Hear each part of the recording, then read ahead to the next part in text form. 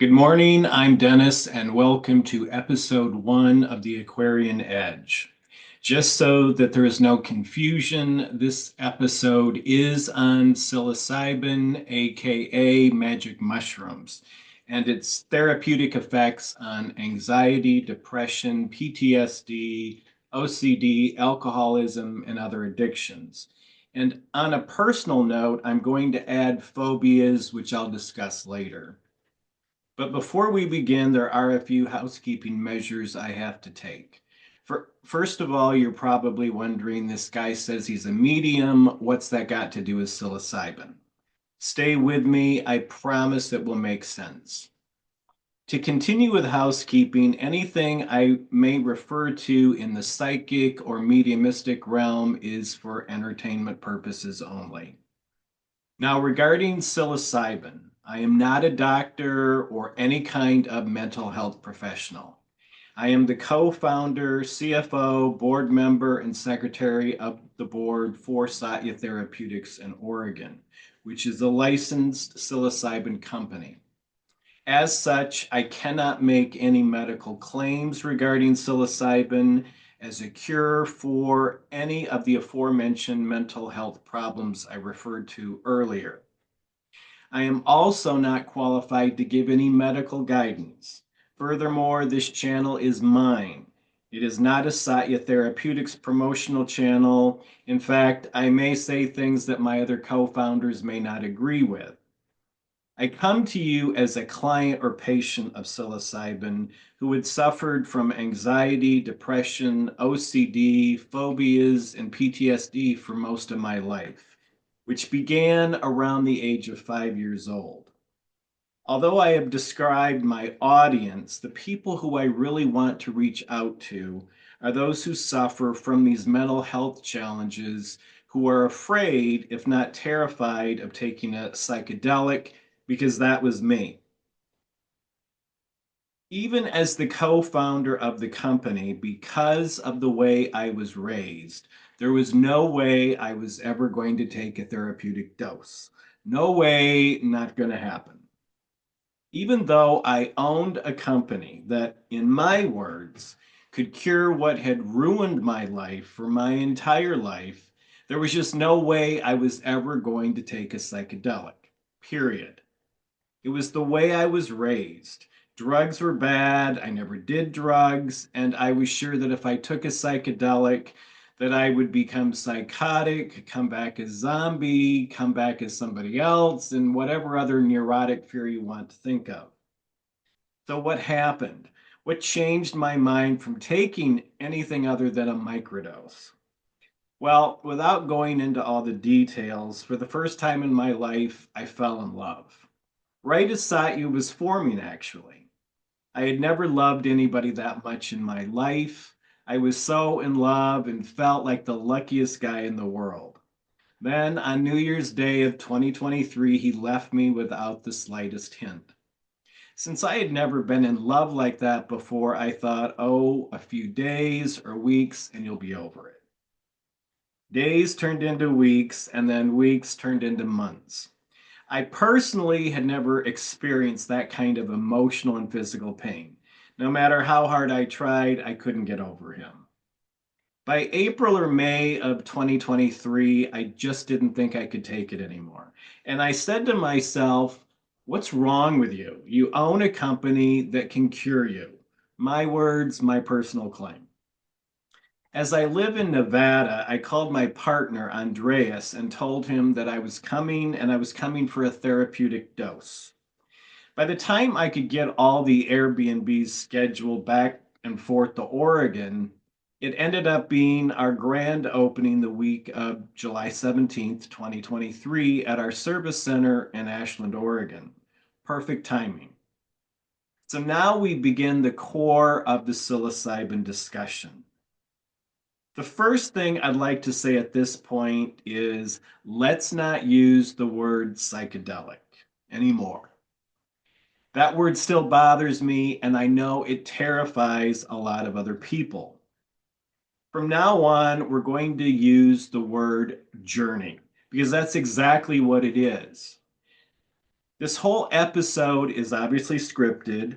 The reason for that is I want to take a very structured step by step approach to the process that you will be going through. So, the first step is, what is your intention? Full disclosure, I thought the whole intention setting thing was nonsense. I thought, just dose me and let's get this done. I was wrong, very wrong.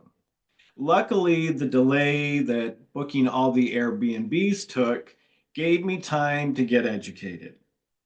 One of our facilitators and trainers says the mushroom knows what to do, and she's right. However, I would add this one caveat. Although the mushroom knows what to do, you need to be in sync and tell the mushroom what you want it to do. Now you're thinking, what does that mean? Well, it's similar to when I'm teaching mediumship to my students. The spirit world may not act until you ask or give them permission. So, as with the spirit world, I maintain that you must tell the mushroom what you want it to do. This is the intention setting point. You may be thinking, hey, I'm suffering from extreme depression, anxiety, PTSD, or OCD. I just want it gone. Trust me, there is a method to this. Setting your intention is the first step, and it is way more important than I thought and that you may think. So, what does it mean and how do you do it? Since I know that many people from many different religions or cultures or atheists and agnostics will be watching this, I need to have this make sense to everybody. It doesn't matter what your religion or culture is. It doesn't matter if you are an atheist or an agnostic. That being said, as a medium, I can tell you that this is the single most spiritual and or shamanistic experience you'll ever have. Atheists and agnostics, not to worry, it will work for you too. If you think it's all just a hallucination, then enjoy the show, and it will work for you just as it does for those of us who have more spiritual beliefs. So, setting your intention is fairly easy.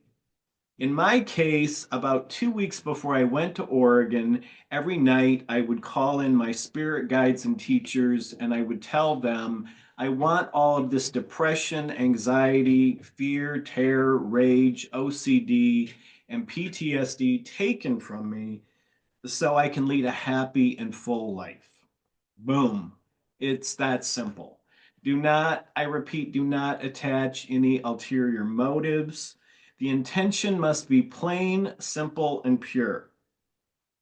As most of you probably have no idea what guides and teachers are, you can talk to whatever entity you feel most comfortable with.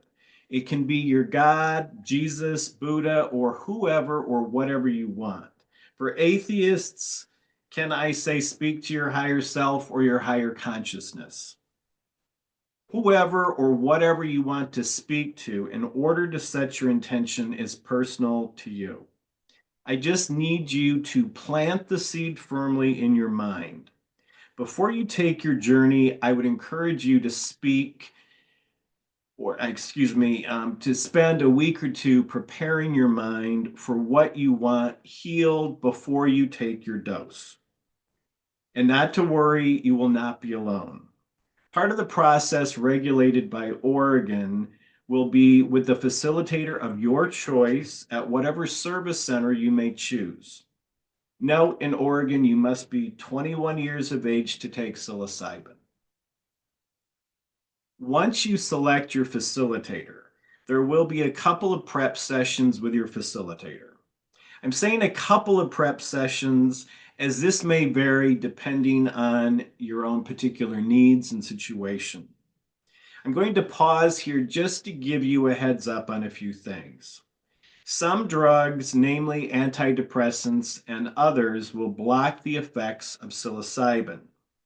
This is where I must strongly urge you to work with your doctor or therapist, many of whom are advocating for psilocybin therapy for those suffering from depression.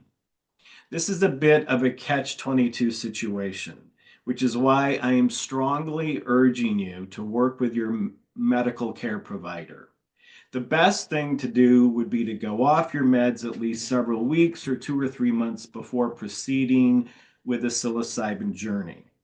I will remind you that I am not a mental health professional. Each of you have your own unique mental health condition. I don't want to put anyone at risk, which is why I am strongly urging you to work with your doctor or therapist. I don't want to put anyone at risk. Unfortunately, psilocybin is not for people who are psychotic, schizophrenic, suicidal, or for those who have severe bipolarism. In fact, psilocybin could potentially exacerbate these conditions. So please, please, please work with your doctor or mental health professional to make sure psilocybin is right for you and what the risks would be if you did withdraw from your medication. To give you an example of how powerful some of these drugs are, I know of a person who, in a controlled, legal, therapeutic setting with psilocybin tested for efficacy, was given 8 grams of psilocybin, which is the legal maximum in Oregon. 5 grams and up is usually referred to as a heroic dose. The highest I've taken is 6 grams. In this person's case, this 8-gram dose had virtually no effect whatsoever.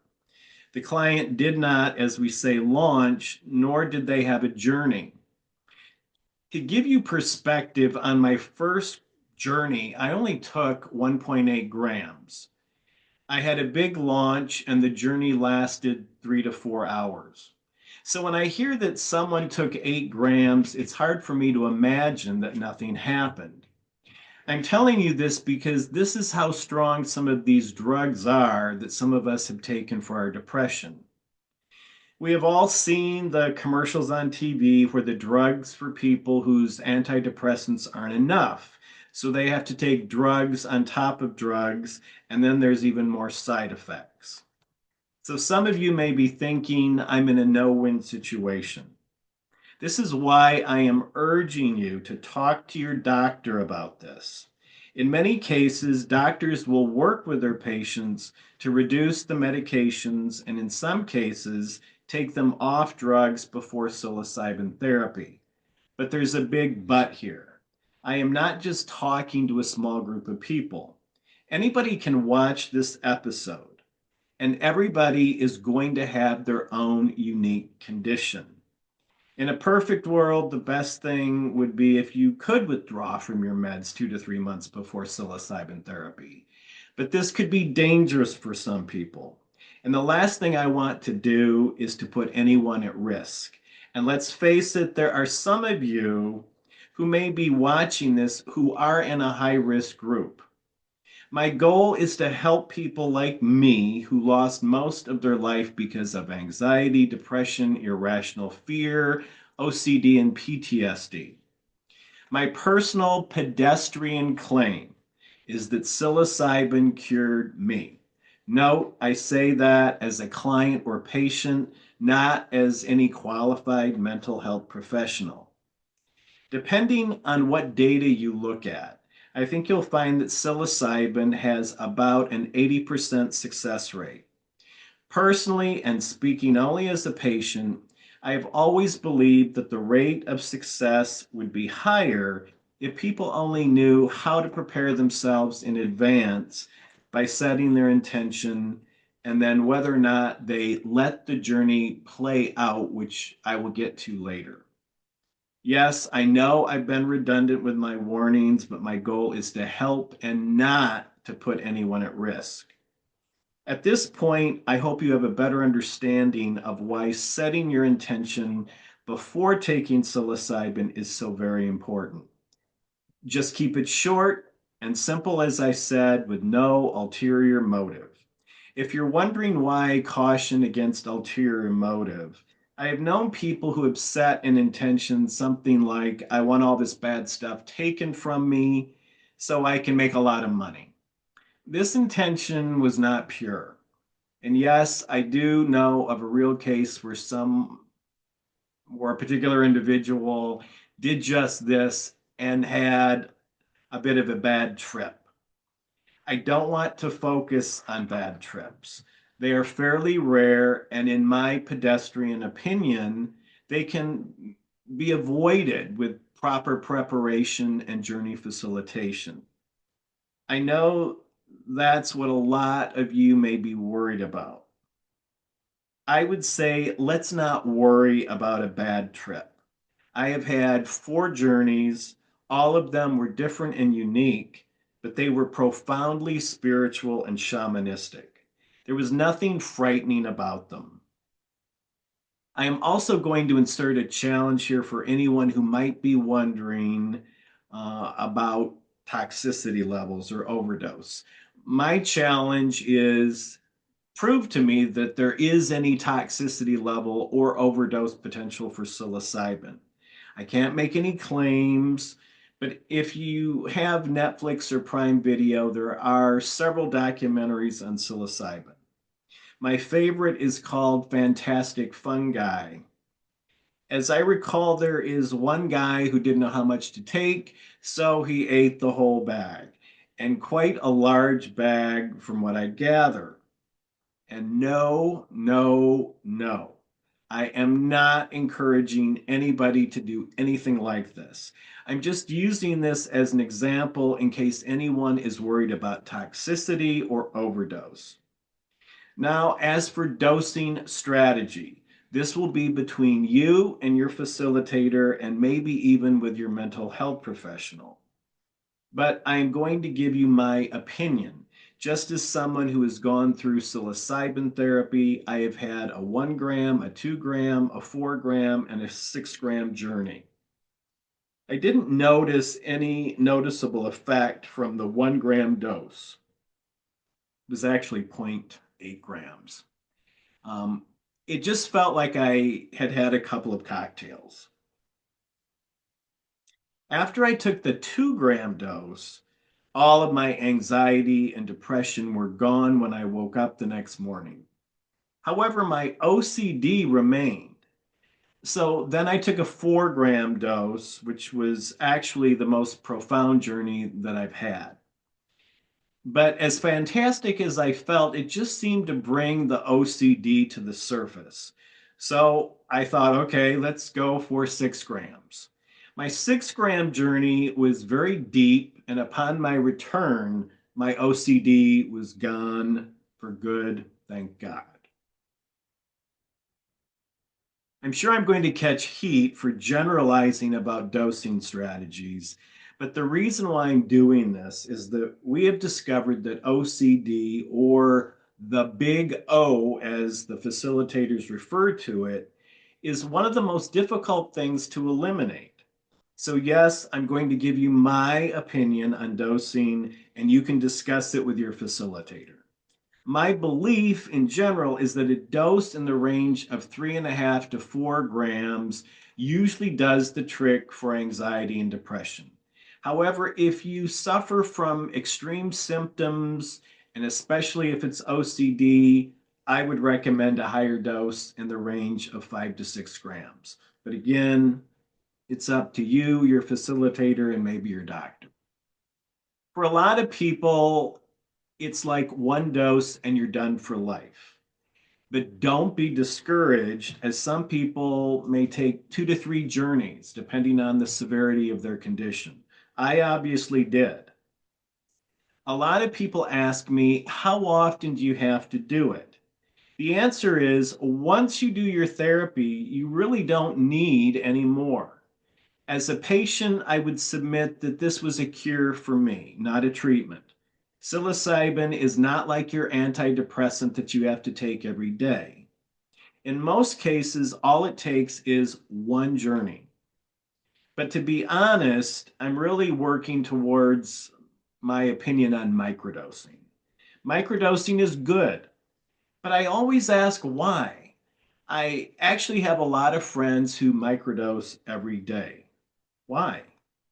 Answer: fear, which takes me back to people like me who are afraid, if not terrified, of a therapeutic dose. They all say the same thing. Oh no, I could never do that. They all usually say something like they're afraid of losing their minds or afraid of losing control. So, how do I convince people like me who are absolutely terrified at the thought of taking a therapeutic dose? The best question I can ask you is, don't you want your life back? Don't you want to feel like a complete person with a full life? True, it took getting my heart broken, which took me to the point of desperation before I would do it. So, as I move on to the journey part of this episode, just start thinking about what your life would be like if all your mental health issues were gone and you didn't have to take all those meds with all their horrible side effects. Just ponder this for me. I did not lose my mind. I did not go psychotic or come back like a zombie. I simply came back as me without anxiety, depression, fear, terror, OCD, and PTSD. If you choose to allow the journey to play out and allow the release during the journey, your life will be changed forever. On the day of your journey, please make sure you make arrangements for someone to drop you off and pick you up. I really don't recommend using a taxi, Uber, or Lyft. It's better if you have a friend or a family member with you. I think that helps reduce stress and anxiety, and it gives you a support person that you can rely on. In any event, no driving after your dose. To be safe, I'd say no driving for 24 hours after your therapy. You should really remain quiet and still anyway. Although this isn't a Satya Therapeutics channel, Satya is my only reference point. So I'm going to tell you how we begin. Upon arrival, you'll be greeted by your facilitator and a few other workers at the service center.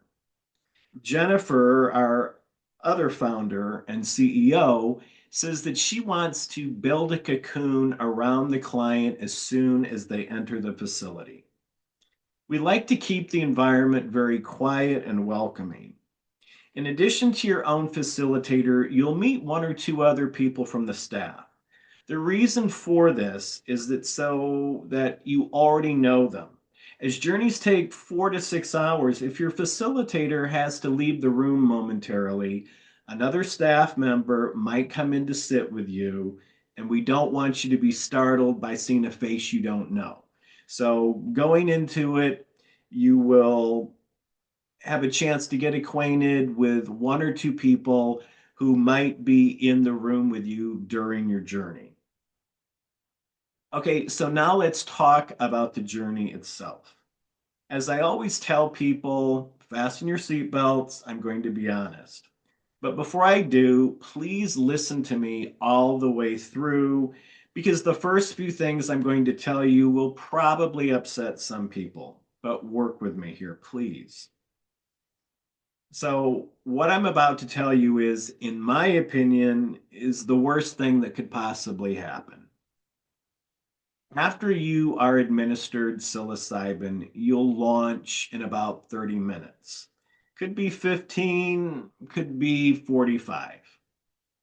So you're wondering, what is the launch? There's nothing painful about it, but it's the most intense part of the journey for me.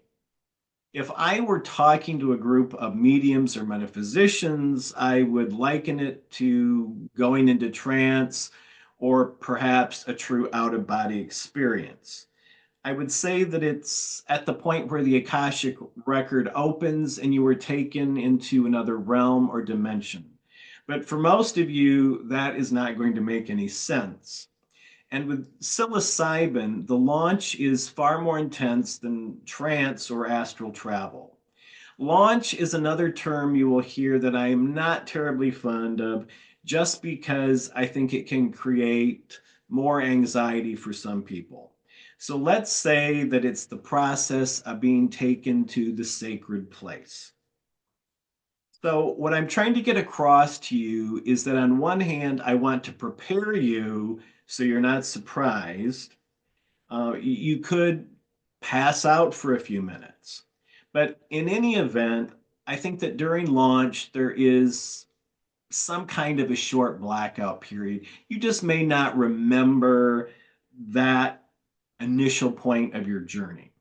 I know this sounds a little bit scary, but I can assure you that it's nothing to be afraid of. The only thing I can liken it to would be one of those movies where someone is pulled into a time loop or into another dimension.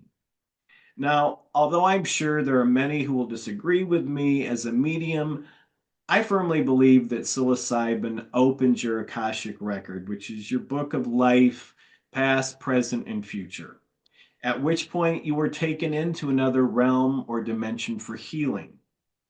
Some of you may be saying, I have no idea what he's talking about. Well, I would tell you that this journey is probably like nothing you've ever experienced before.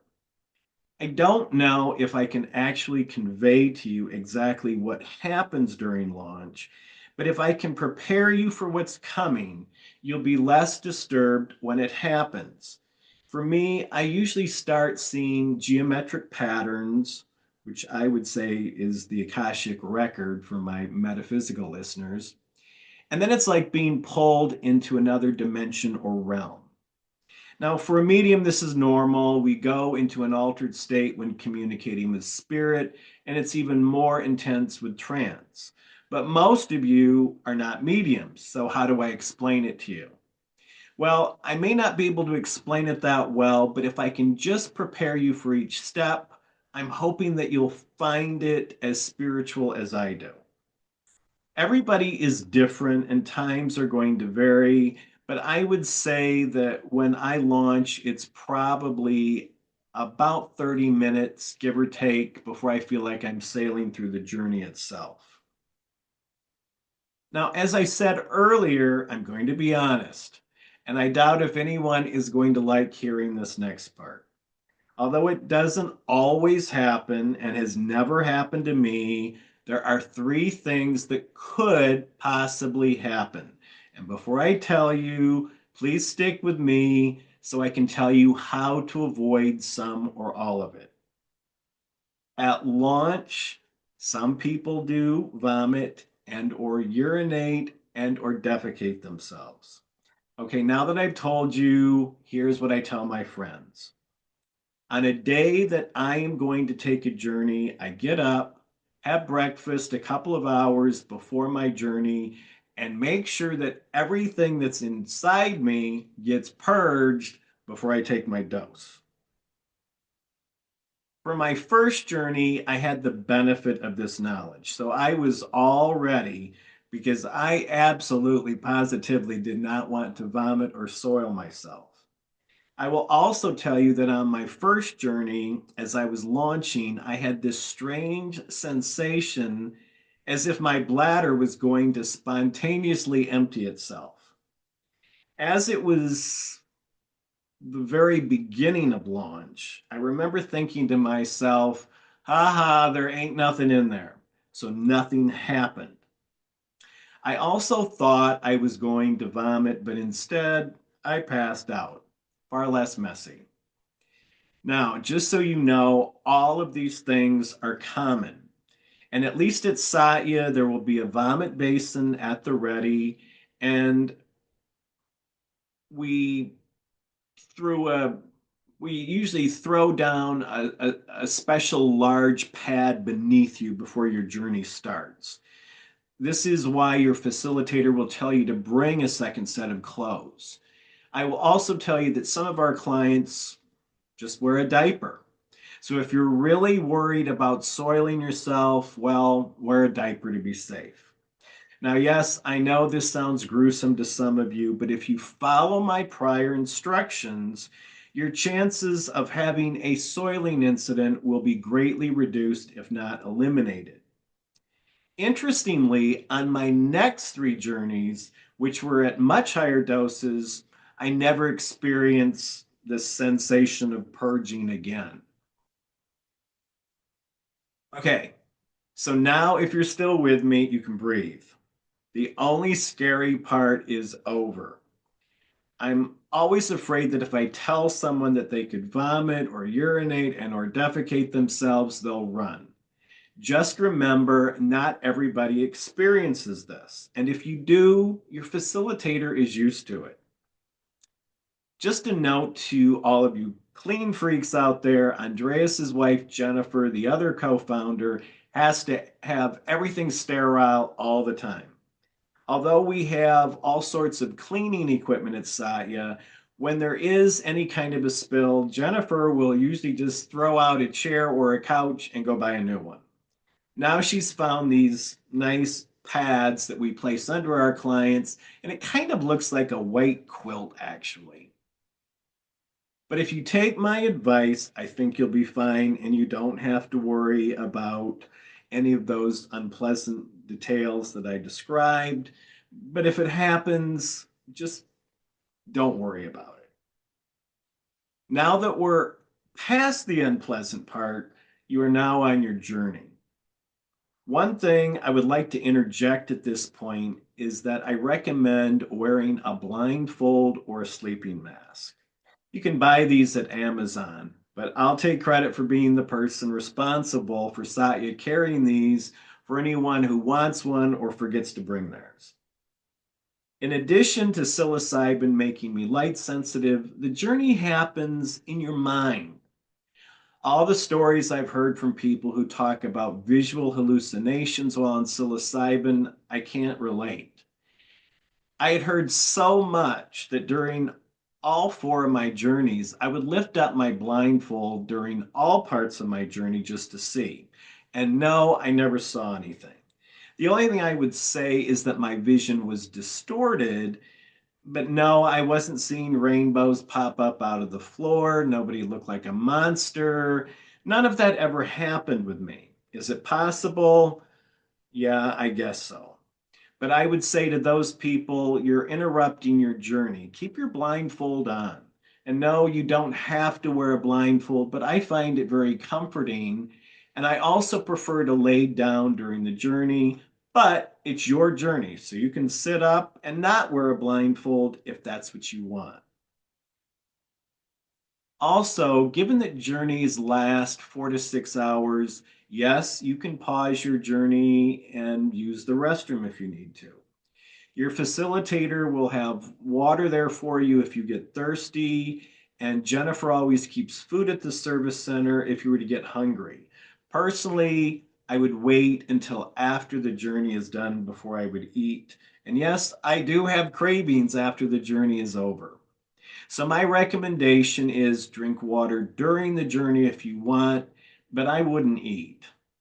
I'm also going to interject that at least for Satya, our rooms have chairs, reclining chairs, couches, futons. We even have a room with a beanbag chair that is actually very comfortable. And yes, we have clean pillows and blankets. This is your journey, so you decide what you want. Personally, I like to lay down, put on my sleeping mask, and have a throw or a blanket on top of me. Okay, so now you're on your journey. Now what? What happens? My answer is that it's going to be different for everyone, and every one of my journeys has been unique and different. A common occurrence is that you will probably have a guide or guides during your journey. You may only hear them, and sometimes you might see and hear them. No, you are not going psychotic and hearing voices. Some people I talk to say they never heard or saw a guide. In this scenario, I would tell you that no, I don't think I can hear a guide because I'm a medium. Since I believe that psilocybin takes you to another dimension, I would wager that this could or would be common for anybody. I also want to interject who you might see. As I've said, this is a very spiritual and shamanistic, if not interdimensional experience. What if you saw a guide in full regalia or an interdimensional being. I'm not saying that you will, but what if you did? I have heard stories where people say they saw a monster in their journey. What if it were just a higher being that you were not familiar with and they were there to heal you? This is what I want you to consider as you go through your journey. I will tell you that I did have some guides who came in dressed, let's say, like a medicine man. I even had one with an interdimensional being. The point of this is to tell you that if you see something that isn't familiar to you, don't get upset. I know that I have the advantage of seeing spirits and other dimensional beings, and most of you probably do not. But just think of them as healing entities coming in to help you. What I found in my journeys is that the guides will not only lead you through your journey, but they will also tell you to breathe or to breathe a certain way. They may even tell you to move into certain positions, like lay on your left side or lay on your back. In terms of what to expect, all I can tell you is that it's like a vivid dream. Or as I tell my friends, it's like being in an action movie. If you decide to go with a lower dose, let's say 2 grams, it's like watching the action movie. And at 3.5 to 4 grams and up, you're in the action movie, which frankly, I think is the best. Just like dreams, every psilocybin journey is going to be different. What I would urge you to do is to be mindful of the symbology during the journey. Just as the language of spirit is symbols and the language of dreams is symbols, be mindful of what you're seeing during the journey. I'll give you an example of part of my first journey. My guides took me to a series of natural walls, usually some kind of naturally formed walls, let's say like stone. Each time they took me to a wall, the wall would dissolve and there would be a beautiful nature scene I would be looking at. And for each wall, I was taken to a higher elevation. All of this really happened in my journey. To some of you, this is very clear symbolically, but for those of you who don't understand, let me break it down for you. Keep in mind that psilocybin is kind of like your computer's virus protection. It's deleting bad files and rearranging other files in better order. And yes, I'm stealing this analogy from, I think, Fantastic Fungi on Netflix. The walls or blockages in my mind were being broken down. And I was walking through those walls into a beautiful place, like a happier life. I believe that by taking me to higher elevations was like taking me to higher levels of consciousness and raising my vibration, so to speak. Try to pay attention to the symbology. It may be a new concept for you. You may not fully understand it, but try your best. As I told you earlier, I did all of this because of a broken heart. So I was fully expecting it to come up in the journey, and it did. At one point, I was taken to what looked like a park in the dead of night with virtually no light. In this park, all I saw was twisted, mangled metal. And as I stood there, I heard my partner's name called. I can still remember standing there thinking, oh boy, here it comes. The journey is going to turn horrible. It did not. After a few moments, I was slowly led out of the dark park into yet another sunny, beautiful nature scene. I'm sharing this part of the journey with you because as you go through your own journey, I don't want you to think that it will necessarily turn horrifying. The park was the darkest part of my journey, but I was led from there into the light. I believe that psilocybin leads us from the dark into the light. And I believe that it takes us to higher levels of consciousness. So, just like a dream, watch what's going on. Look for the symbols and try and interpret and retain all that you can. There may also be parts of your journey that you just don't understand at all. That is completely fine. There are things in the dark recesses of our minds that I don't think we even know about. In one of those documentaries on Netflix, they use the analogy of reformatting the hard drive on your computer, deleting all the bad files and then rearranging them in better order. Whether you understand it or not, just flow with it. There were some things that I did not fully understand until days, weeks, or months after my journey. And some things might never make sense, but who cares?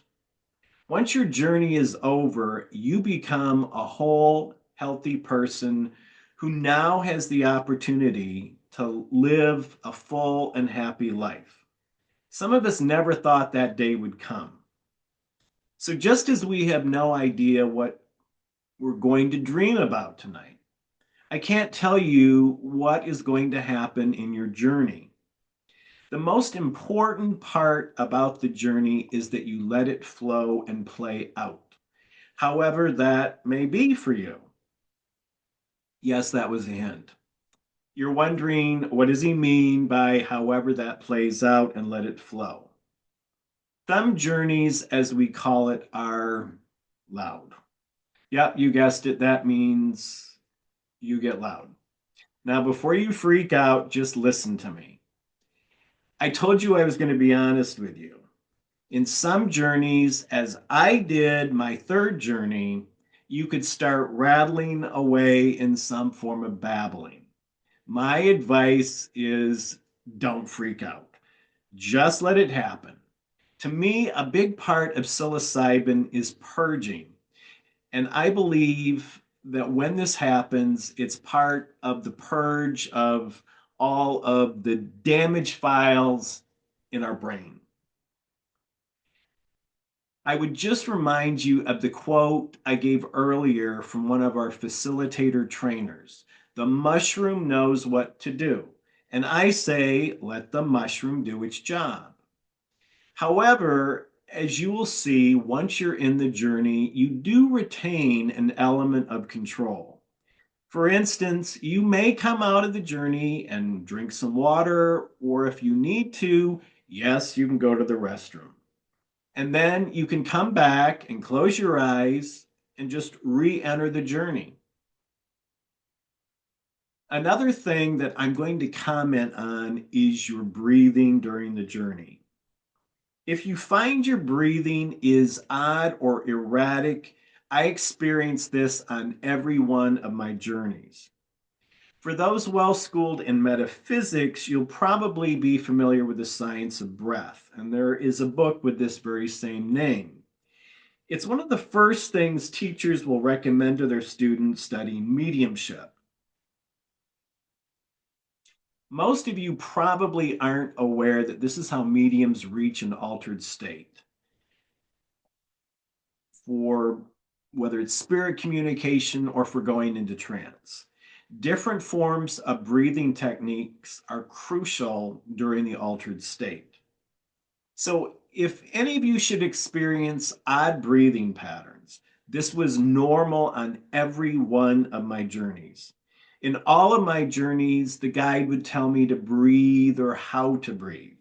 No, it doesn't mean you're having a heart attack or anything, but now to err on the side of caution, in the event you think you are having a heart attack, yes, you should tell your facilitator. I say that only because I don't know any of your medical histories. Satya is now at around the 800 client mark, and we have never had any such medical emergencies. In preparing you for your journey, I just want you to know what you can expect, at least from my personal experience. And in every journey, my breathing would have sounded and appeared odd to any onlooker who was not familiar with psilocybin. This is just another thing I want you to be aware of so you don't panic. And by the way, I did not find the odd breathing disturbing. I was actually fascinated by it as I was trained in similar methods for many years as a medium. Only this time, the mushroom and my body were doing it on their own. I would also tell you that after some of my journeys, this breathing might happen spontaneously for a day or so. If it does, don't freak out. It's normal.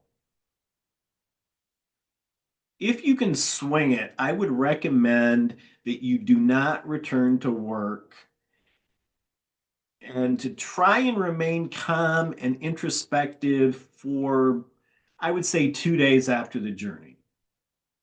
Many of you will be in the one and done category. Some of you may have extreme conditions that could take 2 or 3 journeys, but if you're anything like me, your world will change after your very first journey. For example, if you have experienced extreme trauma or suffer from acute PTSD, you might need 2 to 3 journeys. If you do, and I did obviously, I would wait at least a month or more before taking my next journey. But I'll let you work that out with your facilitator. The reason why I say wait a while is that the last step of your journey is integration. After your journey is over, your facilitator will contact you the next day, and you may have a number of integration sessions. I highly recommend journaling, and I would start this the first day after your journey. I think it has a positive effect on your brain, and you can retain your journal forever and remember what your journey was like and what happened. As I remarked earlier, integration will last for several months up to a year. Now, this is a really awesome thing. Although they may be more frequent immediately after your journey, most people experience what I refer to as elevations. It's the best word I can find to describe it. You'll have to experience it for yourself, but just imagine if all of a sudden you experienced a very natural feeling of mood elevation. I would liken it to seeing something of great beauty. And no, it's not a trippy feeling either. It's just this incredible feeling of being elevated. And yes, you retain these elevations and will likely experience these subsequent to your journey. Not only not only do you retain these elevations, as I call them, but they seem to build on the last one. A number of my friends and colleagues remarked to me several times that they didn't understand how I could remain so calm during some very traumatic times I was going through that probably would have crippled most people. I won't bore you with the details. But as psilocybin increases brain plasticity, I believe that when life happens, you have new mental coping skills that you never possessed before to deal with new traumatic events. Before I close out, there is one last personal comment I would like to make about phobias, which to me are just another form of fear. Although I don't recall seeing this addressed in any of the studies I've read, I suffered from extreme trypanophobia for my entire life. And trypanophobia is the fear of needles. For those of you who just don't like needles, trypanophobia is way more than that. As all you would have to do is tell me that you were going to give me a shot and I would pass out, or you would give me a shot and I would pass out. As for blood draws and IVs, that was always embarrassing. For blood draws, I would tell the phlebotomist to do it as fast as they could. Sometimes they would do it before I passed out. Other times I would just have to say, I'm going. And they would have to pull the needle out since I would seize after fainting.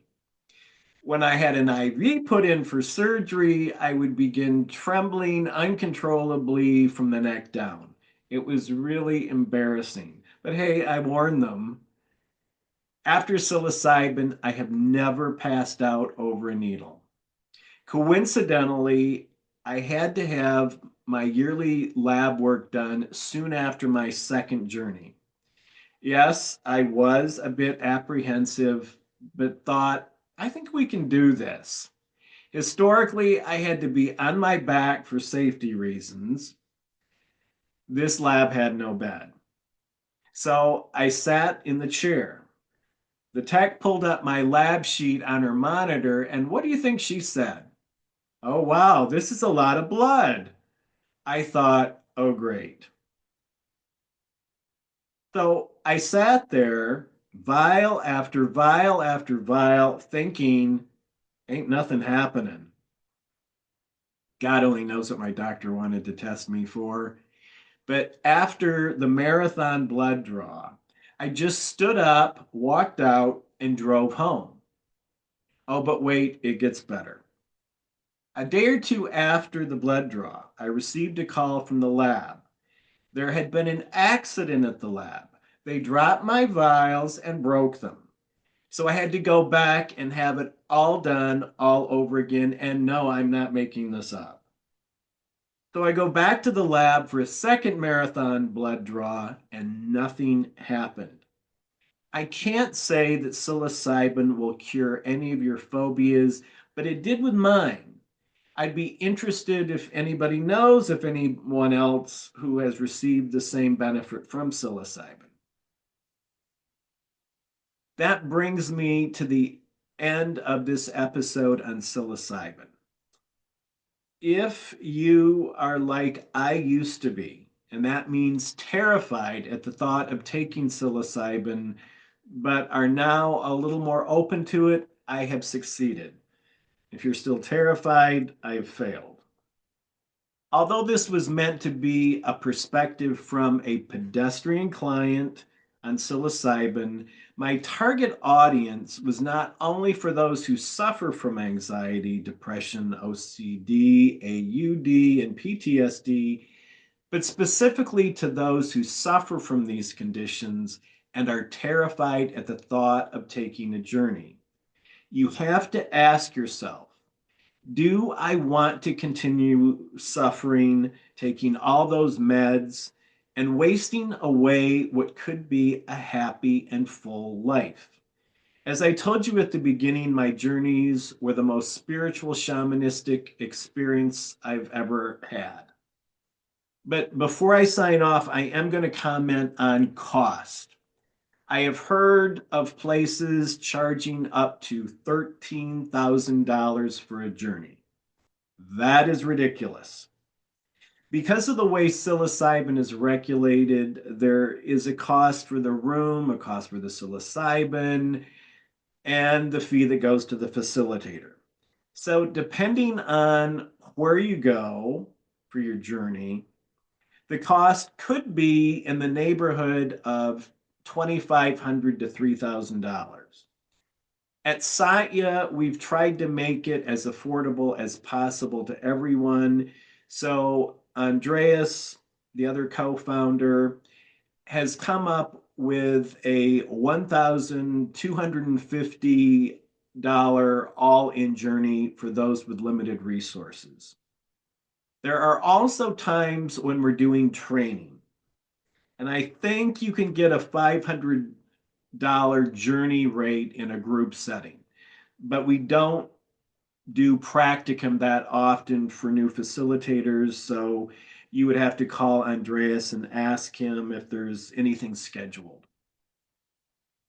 We also have a social equity program that's intended for those who have severe conditions. These are focused mostly on people like disabled veterans. For social equity, I would direct you to Andreas to find out what he can do for you. As we have had at least two clients that managed to get their health insurance providers to pay for their journeys, I would encourage you to ask, when you consider what health insurance companies have to pay for your prescriptions, it would behoove them to pay for your journey. So call them up, ask them if they would be willing to pay for it. And as I said, we've had at least two clients where their health insurance company paid for their entire journey. If you have any questions, please feel free to post them. I would like to do another episode using questions from the listeners, but next time I would like to bring in Andreas, my business partner at Satya Therapeutics, who is a licensed facilitator, and have him answer your questions as a professional. This was meant to be an introduction to people who have been exploring and want more information. With that, I will say continue doing your research on psilocybin, and I hope to post a new episode soon. And if you found this useful, please hit the like button and share to those you may know who could benefit.